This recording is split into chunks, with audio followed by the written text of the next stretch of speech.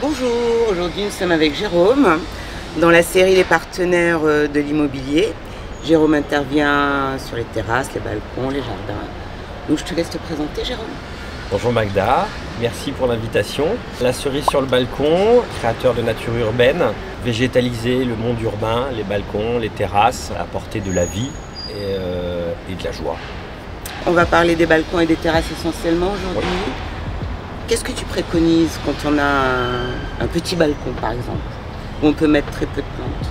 Alors sur un petit balcon, ce qui est très important, c'est la surface au sol. Donc on va privilégier sur des plantes et des végétaux et des poteries, des bacs qui vont être suspendus pour garder une place au sol, puisque c'est important de se garder une place correcte.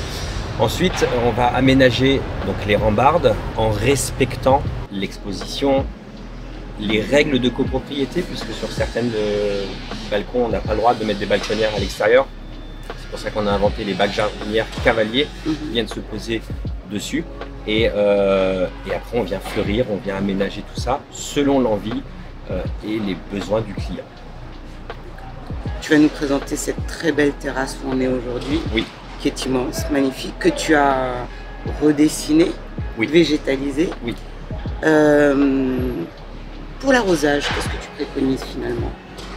Alors, je pars toujours sur un arrosage automatique et programmé pour plusieurs raisons. Beaucoup plus efficace qu'un arrosage manuel. On a tous des vies actives, on a tous un emploi du temps surchargé et parfois on peut oublier. Sauf que les plantes, elles ne nous oublient pas. Non. Donc, surtout dans notre région, on a quand même pas mal de chaleur. On a des gros pics de chaleur. L'arrosage automatique est programmé. On est sur du système de goutte à goutte avec peu d'évaporation d'eau et économie d'eau, surtout, ce qui est très important. Il faut y penser également. Exactement. Alors, je vais te laisser présenter cette magnifique terrasse. Ouais. Alors, cette terrasse, en fait, elle était vide. Elle était grande, il y avait du vis-à-vis, il y avait beaucoup de choses. On est en plein centre-ville. Hein. On est en plein centre-ville, on a un hôtel en face très connu. Bon, il y avait beaucoup de contraintes. Surtout, le problème qui s'est présenté, c'est comment l'aménager, comment en faire quelque chose d'agréable et qui donne envie d'être à l'extérieur. C'est souvent le problème que je rencontre sur des prises de contact avec les espaces extérieurs, c'est qu'on ne sait pas quoi en faire. On aimerait bien faire beaucoup de choses, mais on ne sait pas quoi en faire. Donc, il a été divisé, ça a été sectionné, ça a été divisé, et on a fait plusieurs parties dans cette terrasse. Donc, on a fait un coin salon, là où on est actuellement.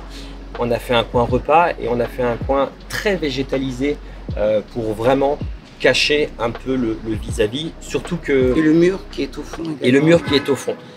Alors le mur, on a recyclé des vieux volets niçois, on recycle un peu avec ce que l'on a parce qu'ils étaient déjà présents et on ne savait pas quoi en faire, et un jour j'ai dit allez, on va les exploiter.